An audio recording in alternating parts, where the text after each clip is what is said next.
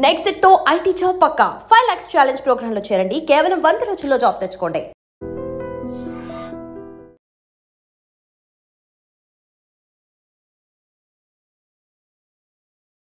Big breaking news కి సంబంధించినటువంటి వివరాల్ని మనం చూస్తున్నాం. తెలంగాణలో స్థానిక సంస్థల ఎన్నికలకి సంబంధించి షెడ్యూల్ ని రిలీజ్ చేసింది రాష్ట్ర ఎన్నికల సంఘం. 31 జిల్లాల్లో 565 మండలాల్లో ఎన్నికల నిర్వహణకు సంబంధించినటువంటి షెడ్యూల్ ని రాష్ట్ర ఎన్నికల సంఘం ప్రకటించింది.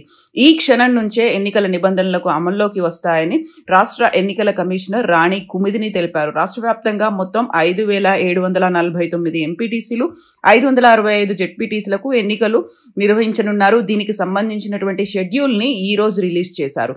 ఎంతో కాలంగా ఎదురు చూస్తూ వస్తూ ఉన్నారు. దీంతో పాటుగా పోస్ట్పోన్లు జరిగాయి. ఆ తర్వాత హైకోర్టుకు సంబంధించినటువంటి ఉత్తర్వులు, వీటన్నిటి నేపథ్యంలో ఇప్పుడు స్థానిక సంస్థలు అంటే గ్రామ పంచాయతీలతో పాటుగా ఎంపీటీసీలు, జెడ్పీటీసీల ఎన్నికలకు సంబంధించినటువంటి షెడ్యూల్ రిలీజ్ అయింది. తెలంగాణలో ఇప్పుడు అతిపెద్ద రాజకీయ పండుగగా ఇది ఉండబోతోంది. రాజకీయ సమరానికి ముహూర్తాన్ని ఖరారు చేసింది రాష్ట్ర ఎన్నికల సంఘం. దీనికి సంబంధించినటువంటి షెడ్యూల్ ని రాష్ట్ర ఎన్నికల కమిషనర్ రాణి కుమిదిని విడుదల చేశారు. 31 జిల్లాల్లో 565 మండలాల్లో ఎన్నికలు నిర్వహించేందుకు పూర్తిస్థాయి షెడ్యూల్ ని ఎన్నికల సంఘం ప్రకటించింది. ఇవి 2 విడతల్లో ఎంపీటీసీలు, జెడ్పీటీసీ ఎన్నికలను నిర్వహిస్తారు.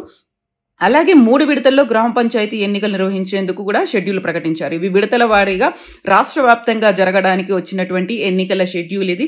2 విడతల్లో ఎంపీటీసీ, జెడ్పీటీసీలు ఉంటే 3 విడతల్లో గ్రామ పంచాయతీ ఎన్నికలు నిర్వహించేందుకు షెడ్యూల్ వచ్చింది. అక్టోబర్ 23, అక్టోబర్ 27న ఎంపీటీసీ, జెడ్పీటీసీ ఎన్నికలు ఉంటాయి. అక్టోబర్ 31, నవంబర్ 4, నవంబర్ 8 తేదీల్లో 3 విడతలుగా గ్రామ పంచాయతీ ఎన్నికలు నిర్వహించనున్నట్లుగా స్టేట్ ఎలక్షన్ కమిషన్ SEC తెలిపింది. పోలింగ్ రోజునే పంచాయతీ ఎన్నికల ఫలితాలను ప్రకటిస్తారు.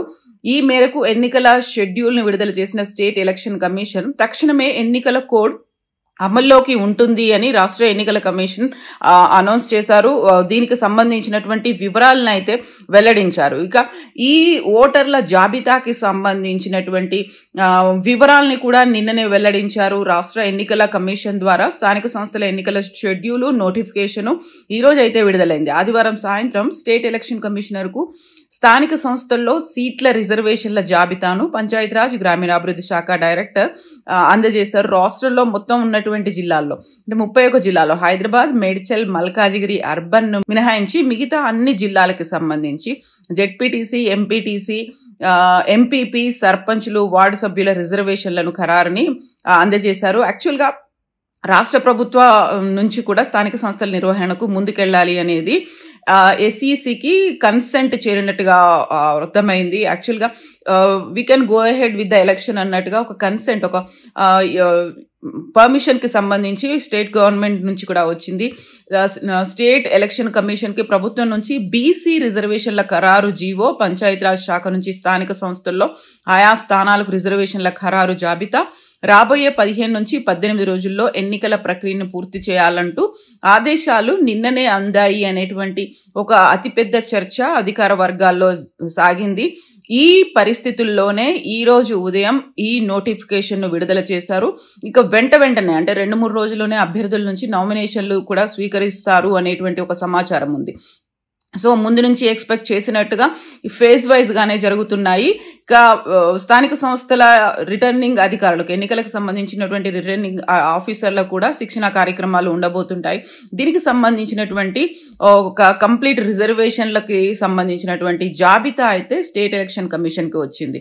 సో రిజర్వేషన్లని 42% బీసీలకి రిజర్వేషన్లని అమలు చేసిన తర్వాత మాత్రమే స్థానిక సంస్థలకి ఎన్నికలకు వెళ్తాము అంటూ సీఎం రేవంత్ రెడ్డి పదే వెల్లడిస్తూ వచ్చారు. ఒకవేళ కనుక రిజర్వేషన్లు జరగకపోతే, అది ముందుకు సాగకపోతే ఎన్నికలు అనేవి ఉండవు అనేటువంటి ప్రకటన కూడా సీఎం రేవంత్ రెడ్డి చేసినటువంటి నేపథ్యంలో వాటికి సంబంధించినటువంటి ఇన్ఫర్మేషన్ అంతా కూడా స్టేట్ ఎలక్షన్ కమిషన్కి వెళ్ళింది. దీంతో అధికారులు, సిబ్బంది జిల్లాల వారీగా అందిన రిజర్వేషన్ల సమాచారాన్ని మొత్తంగా క్రోడీకరించారు. సో దీన్ని నేపథ్యంలో ఇప్పుడు ఎలక్షన్ కమిషన్కి సంబంధించి ఒక షెడ్యూల్ రిలీజ్ అయింది కాబట్టి ఇమ్మీడియట్గా దానికి నోటిఫికేషన్ అనేది అందబోతోంది. ఎన్నికలకు సంబంధించినటువంటి ఒక నగారా మోగింది. యాక్చువల్గా అసెంబ్లీ ఎన్నికలు, ఆ తర్వాత పార్లమెంట్ ఎన్నికలు, ఆ తర్వాత స్థానిక సంస్థల ఎన్నికలు, దీని తర్వాత ఇప్పుడు జిహెచ్ఎంసీ ఎన్నికలకు సంబంధించి కూడా షెడ్యూల్ ఎప్పుడు రిలీజ్ అవుతుంది అనేటువంటి ఉత్కంఠ. ఒక రకంగా అయితే అక్కడ స్థానిక సంస్థలు అనేవి పార్టీలకి సంబంధం లేకుండా జరుగుతాయి అని చెప్పినప్పటికీ సర్పంచ్ ఎన్నికలు, వార్డు మెంబర్ల ఎన్నికలు అన్ని పార్టీలు దీన్ని ఒక ప్రతిష్టాత్మకంగా తీసుకున్నాయి. ఈ నేపథ్యంలోనే ఎన్నికల తేదీలు అయితే అనౌన్స్ చేశాయి. సో రాణి కుమిదిని ఎన్నికల షెడ్యూల్ని రిలీజ్ చేశారు. ఈ నేపథ్యంలో ఇప్పుడు జరగడానికి మొత్తం 31 జిల్లాల్లో 565 మండలాల్లో ఇప్పుడు ఎన్నికలు అయితే జరగబోతున్నాయి. వీటిని ఫేజ్ వైజ్గా వీటిని అమలు చేయబోతున్నారు, ఎన్నికలు నిర్వహించబోతున్నారు. మొత్తంగా 12,733 గ్రామ పంచాయతీల్లో 1,12,288 వార్డులకి ఎన్నికలు జరుగుతున్నాయి. ఇక ఓవరాల్గా ఓటర్ల జాబితాను కూడా రిలీజ్ చేశారు. మొత్తం ఓటర్ల సంఖ్య 1,67,03,168 ఉంటే ఇందులో పురుషుల కంటే కూడా మహిళా ఓటర్లే ఎక్కువ ఉన్నారు. అందులో పురుష ఓటర్లు 81,65,894 ఉంటే మహిళా ఓటర్లు 85,36,770 మంది మహిళా ఓటర్లు ఉన్నారు. వీటికి సంబంధించినటువంటి మొదటి దశ ఎంపీటీసీ, జెడ్పీటీలకు సంబంధించి నోటిఫికేషన్ తేదీ అక్టోబర్ 9 ఉంటుంది. పోలింగ్ తేదీ అక్టోబర్ 23 ఉంటే కౌంటింగ్ నవంబర్ 11 ఉంటుంది. రెండో దశలో ఎంపీటీసీలు, జెడ్పీటీలకు సంబంధించి నోటిఫికేషన్ తేదీ అక్టోబర్ 13 ఉంటుంది. పోలింగ్ తేదీ అక్టోబర్ 27న, కౌంటింగ్ తేదీ నవంబర్ 11న. అంటే ఎంపీటీసీలు, జెడ్పీటీసీలు 2 ఫేజుల్లో జరుగుతాయి, అక్టోబర్ 9, అక్టోబర్ 13. ఇక మూడవ దశలో గ్రామ పంచాయతీలు, వార్డులకు సంబంధించి జరుగుతాయి. ఇది 3 ఫేజుల్లో జరగబోతోంది. అక్టోబర్ 17, అక్టోబర్ 21, అక్టోబర్ 25న నోటిఫికేషన్లు అనేవి రిలీజ్ అవుతాయి. ఇక మూడవ దశకు సంబంధించినటువంటి ఎన్నిక అనేది పోలింగ్ తేదీ అక్టోబర్ 31న ఉంటుంది. పోలింగ్ తేదీ రెండో ఫేజ్ అనేది నవంబర్ 4గా ఉంటుంది. ఆ తర్వాత మూడో ఫేజ్లో జరగబోయేటువంటి గ్రామ పంచాయతీలు, వార్డులకు సంబంధించి పోలింగ్ తేదీ నవంబర్ 8న ఉండబోతోంది. సో కౌంటింగ్ తేదీలు అనేవి ఎలక్షన్ జరిగిన రోజే కౌంటింగ్ అనేది కూడా ఉంటుంది అనే వివరాలని ప్రెస్ మీట్లో భాగంగా స్టేట్ ఎలక్షన్ కమిషనర్ రాణి కుమిదిని అయితే వెల్లడించారు. ఇప్పటి నుంచి తెలంగాణలో ఒక ఎన్నికలకు సంబంధించి ఒక రాజకీయమైనటువంటి సమరం మొదలు కాబోతోంది. పల్లెల్లో ఎవరు ఎటువైపు ఉన్నారు, ప్రభుత్వానికి అనుకూలంగా ఉన్నారా, లేకపోతే అక్కడ ప్రభుత్వ వ్యతిరేక ఓట్లున్నాయా, లేకపోతే ఏ పార్టీలు ఎలా పుంజుకున్నాయి అనేది ఈ వివరాలని బట్టి తెలియబోతోంది. దీని తర్వాత ఇంకా కీలకమైనటువంటి జిహెచ్ఎంసీ, ఆ తర్వాత మున్సిపాలిటీలకు సంబంధించినటువంటి ఎన్నికల మీద కూడా ఆసక్తి పెరిగే అవకాశం కనిపిస్తోంది.